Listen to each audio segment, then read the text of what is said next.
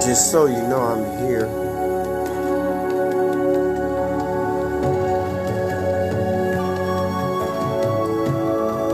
And I am live. I know you may not be tuned in right now because it's late. It's 1:30 or 1:22 on the East Coast.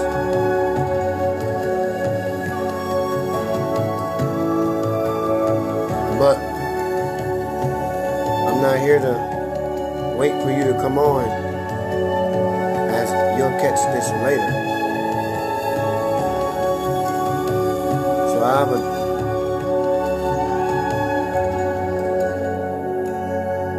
question on my heart, because I be someone who is here to teach you about the natural man and the way of healing. But the question I ask is, does anger suppression go against man's nature? So you may find me live tonight. If you find me at this hour, it's because this is the hour that I particularly discuss things. This is the time that I prepare myself for, to give you nothing but the facts or the truth. Does anger suppression go against man's nature? Is the question tonight. So you may listen to this later. You may find it and listen to it now. However you find this video, doesn't matter. You found it. So there's a deeper understanding to why I asked this question. Some of you may ask, why are you asking this question? There's a deeper understanding to why I'm asking this question. Does anger suppression go against man's nature? See, man, natural man, the natural man has natural laws. And there are laws in nature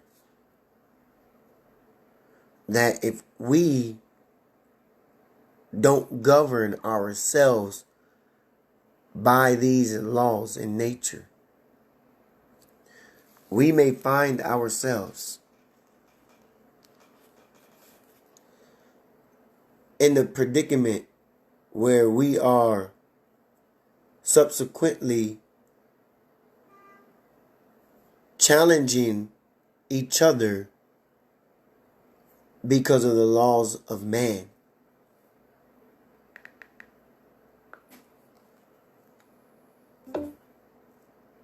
All right?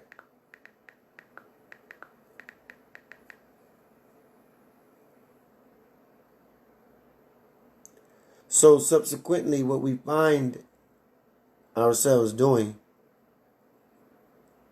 in these natural laws, or in these laws, is we suppress them. Because natural law says that you must express yourself.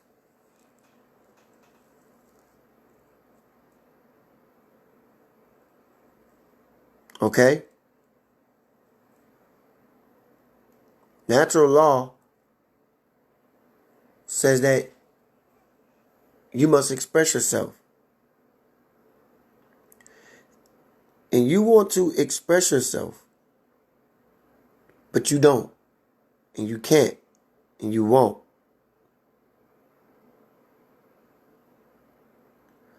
So what you do is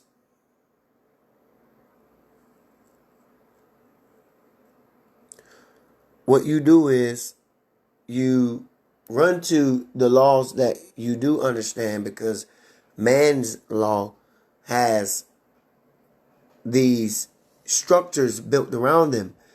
But man's law and natural law, man's law versus natural law, natural law, there's no structure around it. There's no framework. Man's law, there's a framework. Here's the boundaries you get to play in. Here's the work. Here's the if you step outside these boundaries, you are basically going to be penalized. Kind of like a game. It's a game. So when you play within man's law, you're playing their game. And when you step out of bounds of man's law, you get penalized for it, just like in the game. But in natural law, nature, there is no structure. There's no boundaries. And so what man end up doing is man end up suppressing his feelings. Man ends up suppressing his truth. Man ends up suppressing his nature. The first law of nature is that the law of man and God are both absolute truth. What does that mean? Because one of nature's law is to be in harmony with. And so when man is not living in harmony with nature, man is not living up to his God self. And when man is not living up to his fullest potential, his natural self, his highest self, his God self, he suppresses that. And when he suppresses that, he's living a lie. Because the first law of nature is that man and God are both absolute. That means oneness. Absolute. They're both absolute truth. Meaning, God and man are both truth. Truth, truth is the oneness. That's why I say your true self. Truth is that oneness that man and God are both particularly characters in. Man is one with God, and God is one with man. This is the law of nature.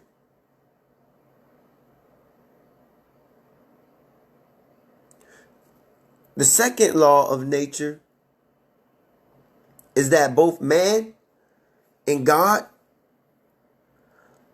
are in spiritual realm, spiritual reach of each other,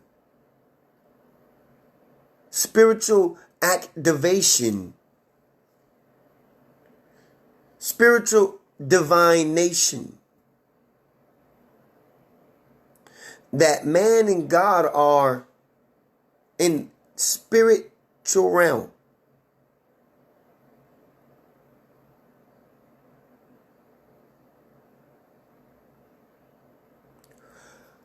So the laws of nature are never changing because it's absolute. The laws of nature are never changing because you cannot change what is. You cannot change what is. What is what it is. What is. And you can't change what is. What is.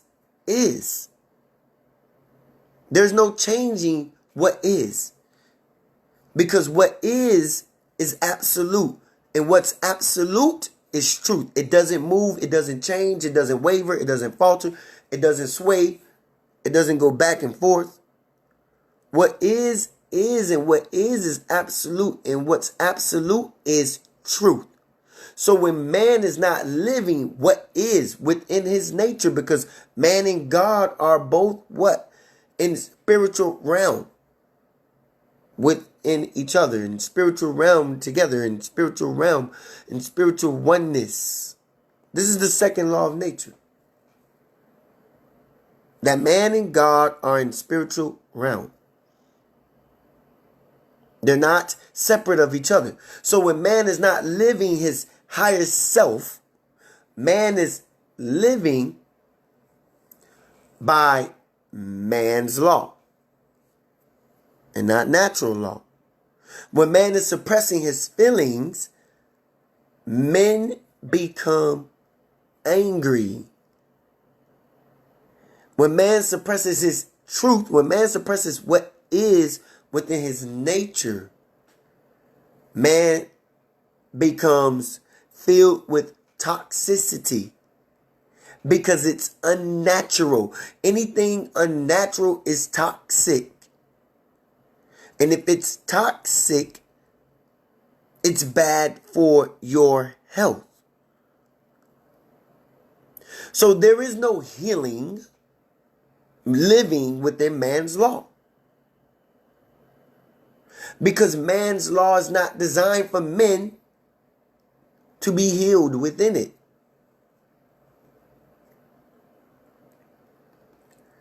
So, what did I say today?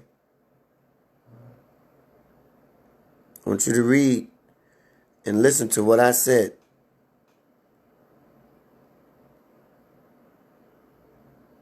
Okay?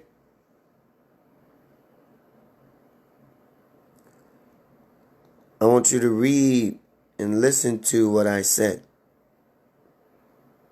here today. I don't think I shared it yet, but I will later. And I said this: it is your natural right to live in an environment that is healing. If your environment is not assisting you in living well, loving well, and being well, you are living in an environment that is unhealthy, unwell, and unwelcoming. See, man's law does not welcome you to live your natural truth. Because the law of nature, the first law we must understand of nature, the first law that we must understand in nature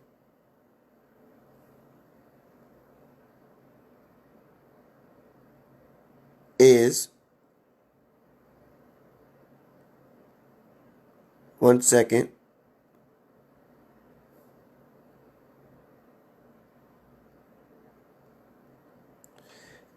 the first law we must understand is that the law of man and God, the law of God,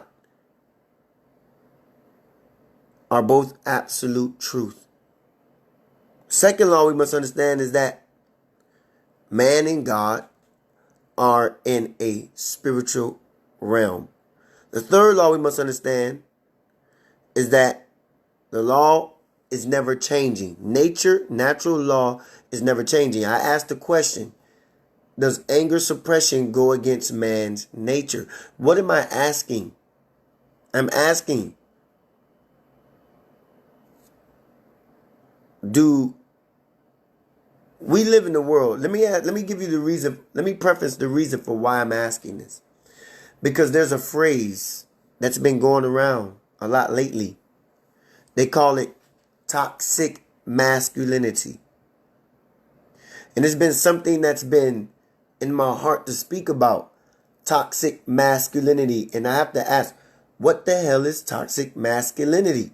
What is it not our nature? Is it not in our nature to express? See, when we express, you confuse it or get so afraid and frightened of men, especially the black man. You get so afraid that when the man raises his voice, you think that the man is angry. But nature and natural law says that God and man are both absolute truth. And the second law says that God and man are in spiritual realm together. And so if we look at nature and natural law, then we must understand that it is within our nature to live our truth, because we are justified. And there is no conviction that goes against one being justified. What do I mean? I mean, where is the judge and the jury on a man expressing himself? A man expressing himself is well within his right, because you agree when a man expresses himself when he feels joy, when he feels compassion, when he feels love. But when a man expresses himself in the form of rage or anger, it's not natural. Now, man must know how to control his power. Man must know how to control his power. Because there is a such thing as a righteous indignation. There is a such thing as righteous indignation. It is right, and it is nature, and it is natural for a man to be indignant against something that suppresses his nature, his truth. You have a right to be indignant against that. And if a man does not express his righteous indignation, then man becomes a suppressed man. This is where we get toxic masculinity from, because man suppresses his feeling, his truth, his natural truth. And man, and what happens is you begin to look at man and say, you need to go heal. But if man was connected to God, if man was connected to himself, if man was connected to nature, he would be righteous within his arguments or righteous within his anger. He would be righteous in that, because one, he would know how to control that. Number two, he would know that that is his absolute truth. This is the first law of nature. Is that God and man are both absolute truth. And so you call everything, quote unquote, the God that's outside yourself. You call that everything that God does, that some person in the sky, you call everything that this God does right. You say, oh, God is right and in fact. So whatever, quote unquote, God does is right. But if man does what God does, you believe in a God that could send you to hell. You believe in a God that could send you to hell, that could keep you out of the pearly gates. You believe in a God that would tell you, oh, you lived your life wrong this whole time. You cannot get into the gates of heaven. But if man knew his truth, man would be living in God, because in his truth, he is the expression of God in all forms, in anger and in happiness, in sadness and in love. He would be God in all of his truth, because he would be in his truth. And so you believe that if this quote unquote other God, you believe that if this God casts someone into the lake of fire, he's justified for doing that. But if a man was to punch you in the face for disrespect, for saying something, for calling him out his name, he would be out of line for that. But I'm not saying you should go around punching somebody in the face. As I said, you should know how to control your power. Because if you knew you were God, you would know how to control your power. Number one. Number two, you would know how to use your power without having to put your hands on someone. You would know how to use it. You would know how to use that force, that energy, that power to really make someone back down because of your presence. Your presence would speak God. And people would respect you because your presence speaks God. And people would see God, and thus they would respect God. And therefore, you won't have to put your hands on anyone because they would see God if man was living one with God. The second law of nature says that man and God are both in the spiritual realm. That means you are not separate from God. This is natural law. You're not separate from God. You're one with God.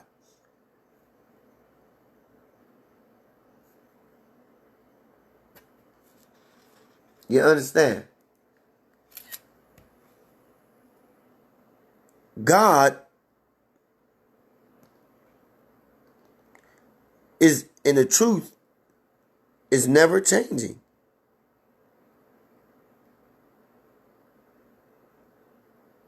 The truth is never changing.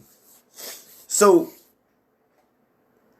men, or in today's society, we have this phrase that's really been thrown out there because people are calling men who express and speak their power, they call that toxic masculinity, and they tell this man he needs to go heal. But if man was living in his natural way, if man was living in his natural way, man would be in lockstep and key with healing. Because man is expressing himself, because that's who he is naturally. He is absolute truth. And so what man does is truth. When man expresses, it's truth. If he knew who he was, so he won't have to manipulate, lie, or cheat, or steal. Because he understands his power. He can get whatever he wants. He can do whatever he wants. He can go wherever he wants. He can have whatever he wants. Because he understands his power as God. So he don't have to use force, violence to make his presence felt. But man reacts with violence because man's presence is not felt. And the reason why no one feels your presence, men, the reason why no one feels man's presence is because man is suppressing from living his truth. Man is not living one with his self. Man is not living one with God. Man is living under man's law, which keeps him structurally confined to these bounds, to these boundaries. And when man steps out of alignment, or man steps outside of those bounds, that's when he reacts to violence. See, you say he's out of bounds because he reacted to violence. I say he reacted to violence because he's not living his truth. And that's what happens. Violence comes because man's not living his truth. If man was living his truth, he would know his power. He wouldn't react to violence. But man is not living his truth, so he reacts to violence because his presence as God is not felt. You understand? So man reacts to violence. And so you call it toxic masculinity. Because this man expresses with violence, but that's because the truth is being suppressed. Because he's living in the confines of he's living outside, or I would say he's living inside of man's law, inside of natural law. He's living in a box inside man's law, but outside of man's law is natural law. And he's not living outside that confine of man's law where he could express himself freely. And when men are living their natural self, there's no need. There's no need to resort to violence, hate, because man has been given the earth. There's even a biblical reference to this, and it says that God said to Adam, take up the earth and subdue it. God told man, take up the earth and subdue it. And so the reason why you, man, are angry is because you've been cut off from subduing your portion. In the moment you wake up and realize that you do have a portion out here, it is your birthright. When you wake up and realize that you have a birthright to a portion out here, you would step outside that box and those confines and you will go get your portion. But you don't have your portion. So what you do is you resort to violence or thievery, robbing, burglarizing, because you don't take up your portion. This is what's happening with man.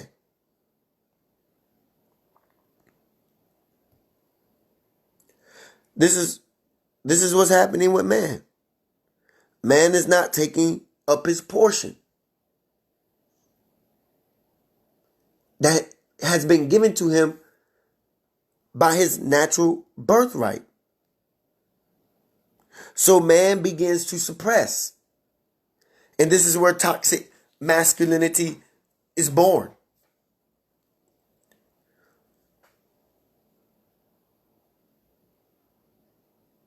And so the fourth law is that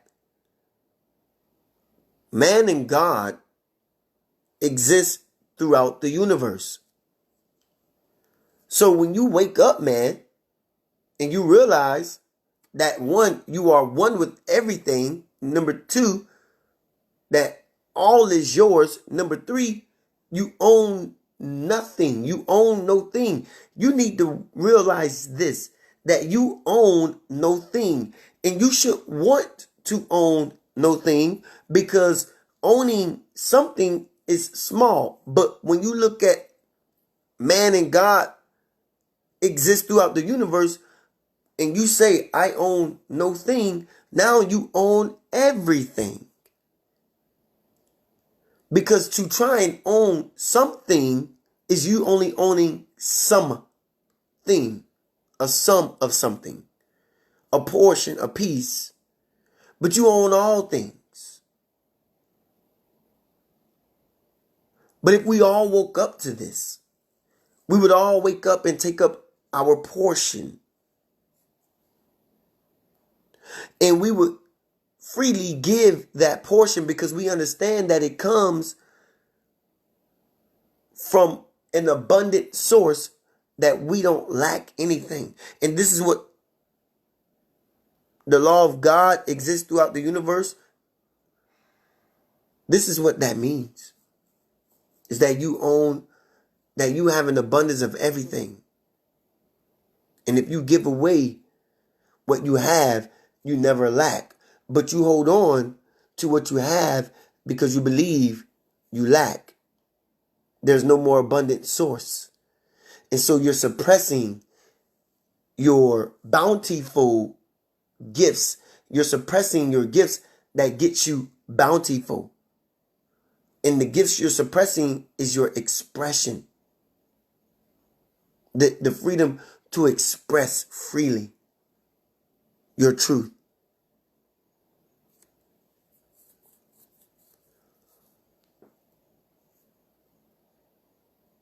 You understand? So, the fifth law is that both man and God were first in order. Were first in order. Not God in the planet, not God in the waters, not God in the land, not God in anything else, but man and God. were first in order. You are one with God. God is one with you. And the first thing to come into natural existence was both man and God, God and man as one.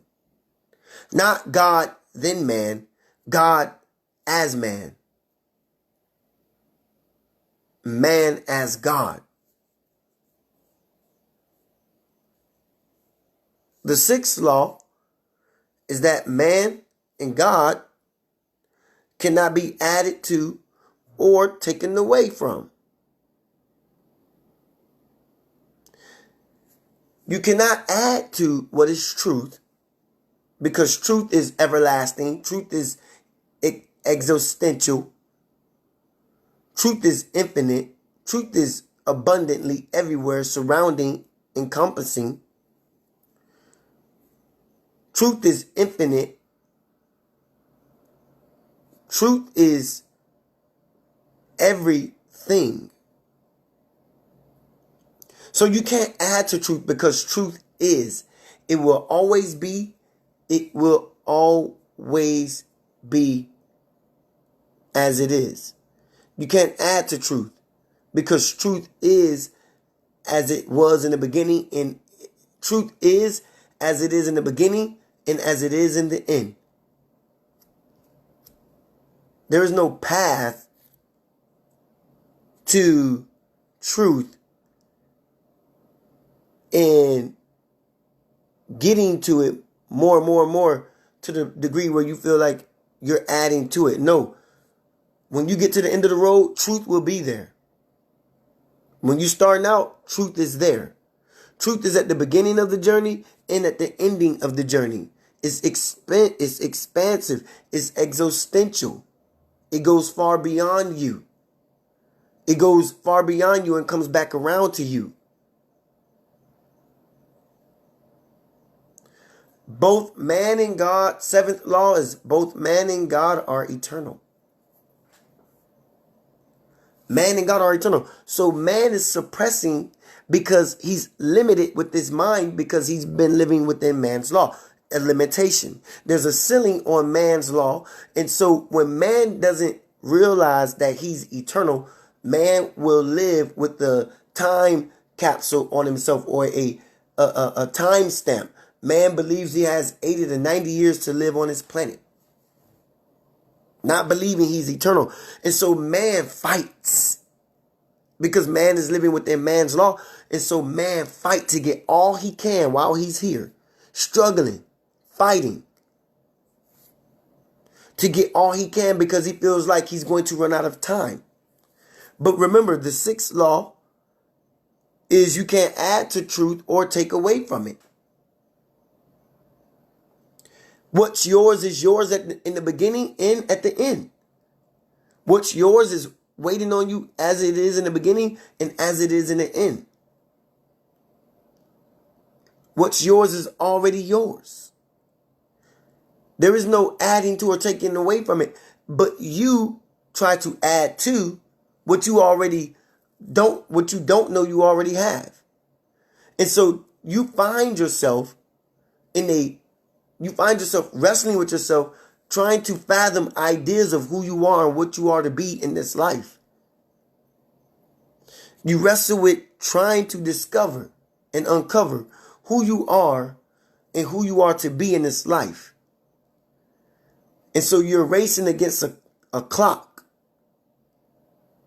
You're against this clock. You're racing against a clock because you believe that this clock will run out on you. And so you fight your whole life to try and get all you can, not realizing that what's yours is already yours and is already waiting on you. You have to walk your journey. You have to walk the natural journey. You cannot walk the journey of man.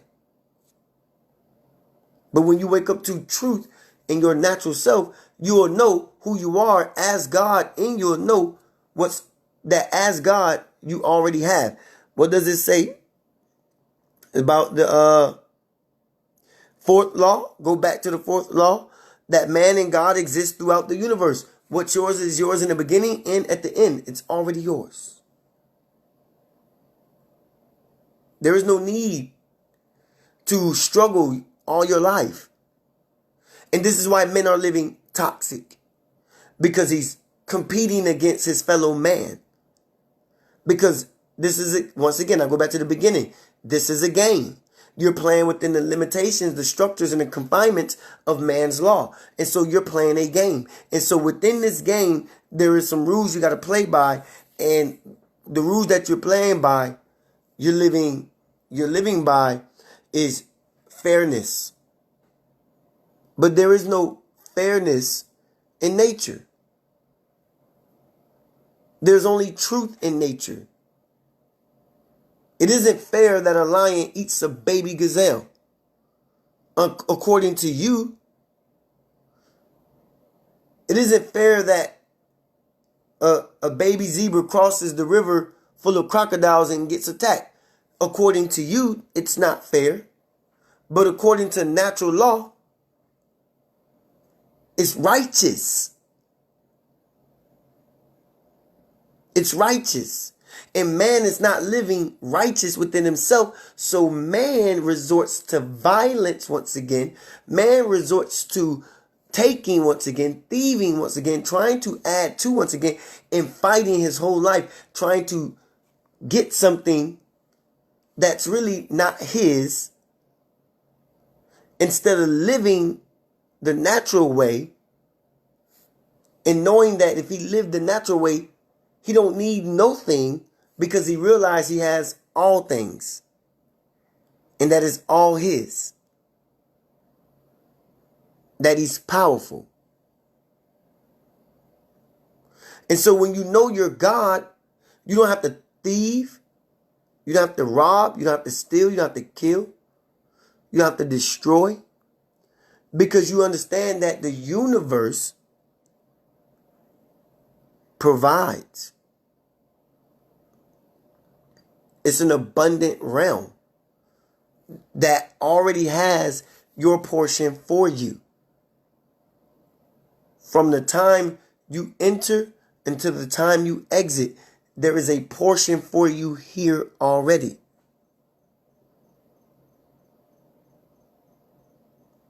And the last law, which is the eighth law of nature,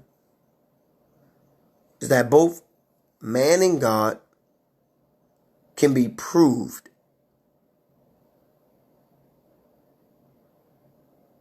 Man and God can be proved.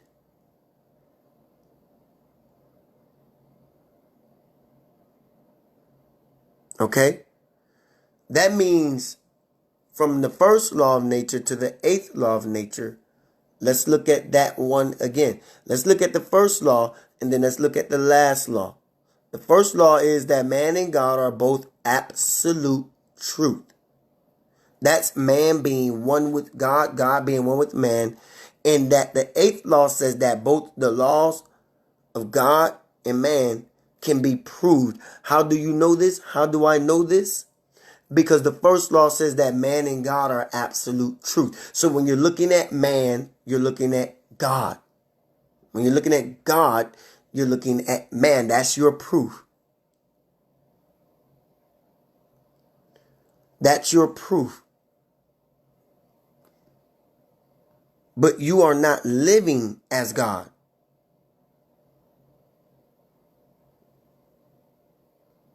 You're not living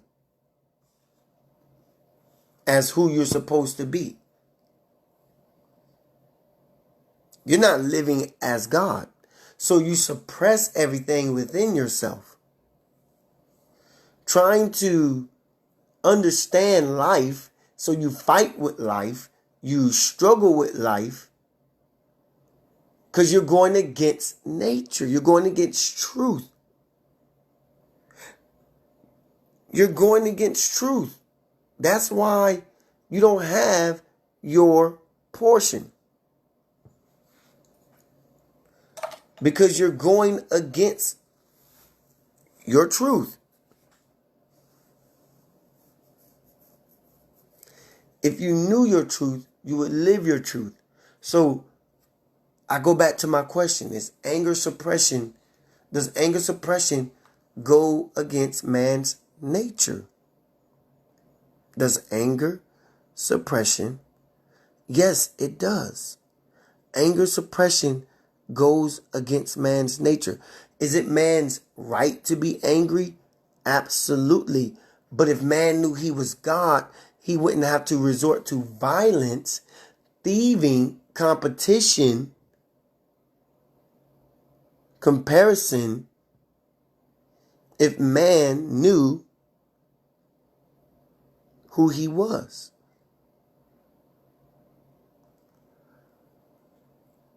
But man don't know who he is. So man go against his own nature. And because he goes against his own nature, when man do decide to express, now it's called toxic masculinity. And that's absolutely right. It's toxic masculinity when man is not living and expressing himself as God, asserting himself in a position of status. He don't need to be validated by anyone. I'll tell you a story real quick.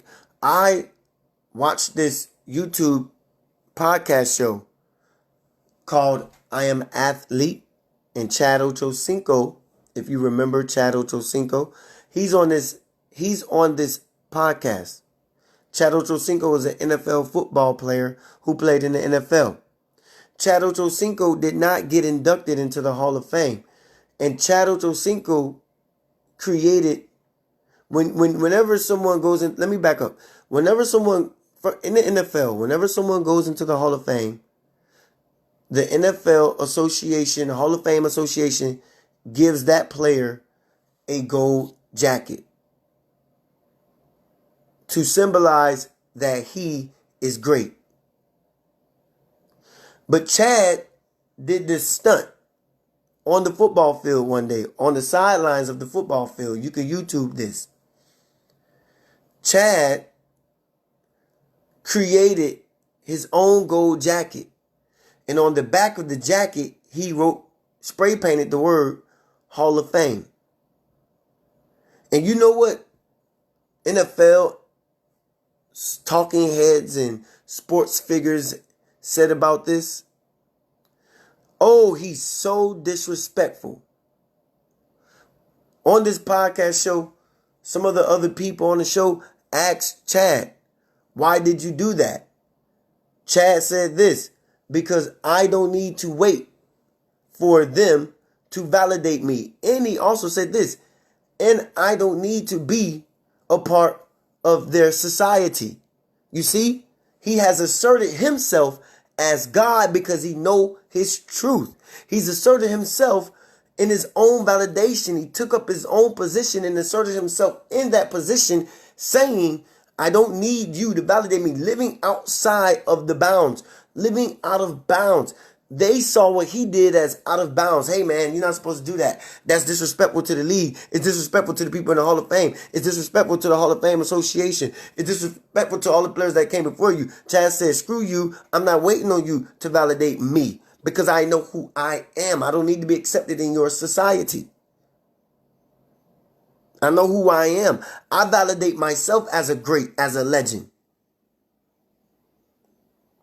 And people said it was disrespectful, but it's not disrespectful. See, that's called righteous indignation.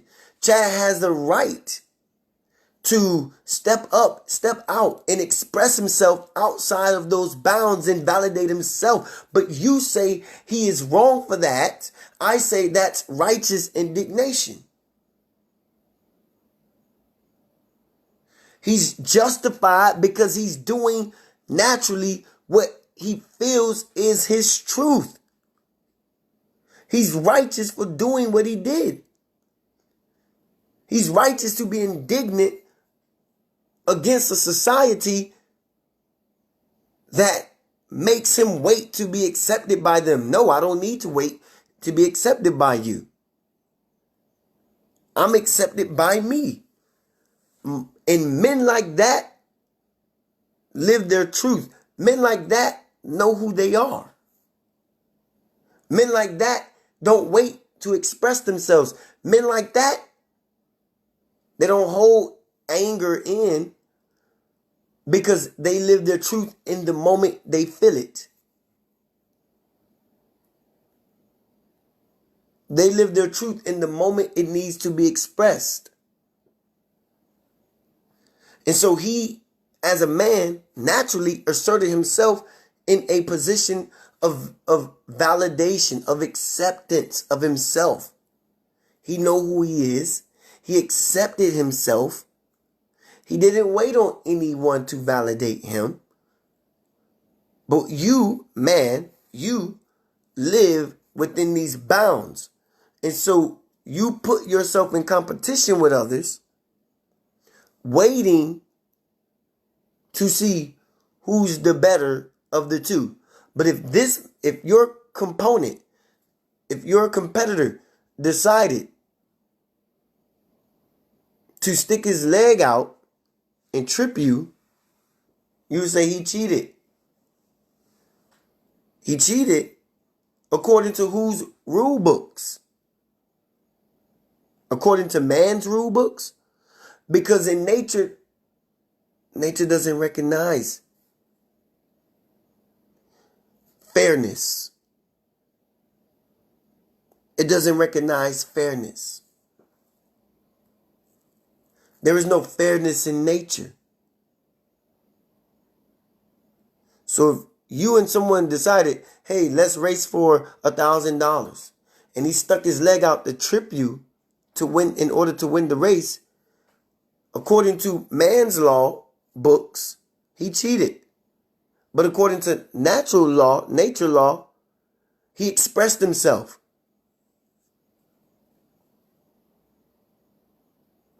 And you look at that as, that's unfair. But there's no fairness in nature. There's righteous indignation. A lion is hungry, he's going to eat. And he'd be damned if he don't. That's called righteous indignation. I'd be damned if I don't eat. I'm a lion, I'm hungry, I'm going to eat. And I'm going to kill me a baby calf if I got to do it. Because that's in that lion's nature to do that. You understand? So men live toxic lives because they're living in bounds. You want to be free? You want to live as nature is? You want to be as nature is? You want to be a natural man, connected to your natural roots, connected to your higher self, to God? Live as God. Live as God.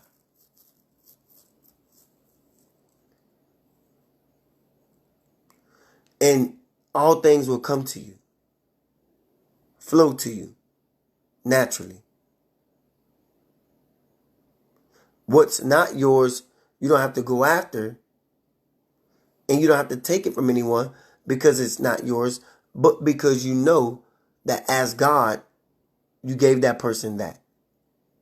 Because you're part of all of it. You're part of the all. You're part of all things. And all things that is already yours. But you don't know that because you're living within these bounds. And so your mindset is limited to the abundance that's already yours. Your mindset is limited to the abundance that's already yours. So you live from a lack mindset. And because you live from a lack mindset, this builds up jealousy, envy, anger, and grudge against your brother. You see your brother doing good. You see your brother doing great. You start comparing yourself. You start competing. And when you can't compete, When you cannot keep up with your brother, you get jealous, you rob, you steal, you kill, and you destroy. And the reason you do that is because you see what your brother has and you believe that you don't have. So you resort to violence, you resort to thievery, you resort to competition, and you'll never get your portion because you're chasing after something that belongs to your brother. You see your brother with it, and then you compete against your brother, and what you're doing subconsciously is actually competing for his portion. What you're doing subconsciously is competing for your brother's portion because you see what your brother have and you compare yourself to him. I'm better than him. I'm smarter than him. I'm good. I'm great. I'm faster than him. I'm going to go get mine. And you're doing it with him in mind. You're doing it with him in sight. Trying to keep up with him. Competing with him.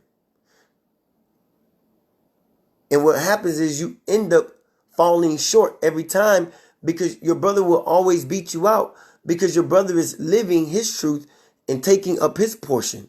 And you'll always fall short of getting yours and getting your brother's portion because you're after his. You're after something that's not yours. Subconsciously, you're living in race and competition with him in mind, trying to be better than him, look better than him, get more than him. And you end up losing and you end up wrestling with your thoughts, trying to see why you keep having these change of ideas and why you keep changing up your routines and lifestyles. You keep wrestling with changing lifestyles and changing ideas and changing paths because you're doing all this you're doing all this staying in competition with your brother, trying to get what he is already deserving of, trying to get what is already his. You'll never get yours because you're in a race with him trying to get what's his. And you're not seeing what's yours. So you'll fall short of yours and fall short of his. You're not living your truth. And therefore toxic, quote unquote, masculinity comes out. Anger comes out. Violence comes out. Retribution comes out. Thievery comes out. That's because you're playing within the laws and you're playing within the confines of man's law. You're not stepping out of bounds. The moment you step out of bounds, the moment the world infinitely opens up to you and all that is there, all that abundance, you'll recognize, oh my God, I already own all of it. It's already mine. All of it here is already belongs to me. And you'll live from your abundance and not from your lack. Take your eyes, take your mind off your brother. Take your eyes and take your mind off living within the confines of man's law. Step out of the bounds and all that is already yours will open up to you and will flow to you naturally. Because you're in harmony with it. You're in harmony with God. You're the great harmonious alignment of the divine. You're in harmony with that oneness. You're in harmony and alignment with what's yours. And it will come to you. You don't have to go to it. Because it's already yours. It already belongs to you at the beginning and at the end. It's already yours. But you got to know this, believe this, pick this up, and know that this is the truth. Okay? Men will live as God when he wakes up and knows that all things that is already his. Because he is God. And as God, he lacks nothing. He has it all. I love you. I love me. I love us. Be well, beloved, and be light, beloved. Always remember to do yourself this favor. Live from the soul. Donate to GoFundMe /Soul Centers, SOHL Missions. GoFundMe/Soul Missions. I said Soul Center. I meant to say Soul Missions. GoFundMe/Soul Missions. SOHL. Go do that now today so we can build a natural ecosystem for men to be strong men again and women to be loving, nurturing, virtuous women again. Peace.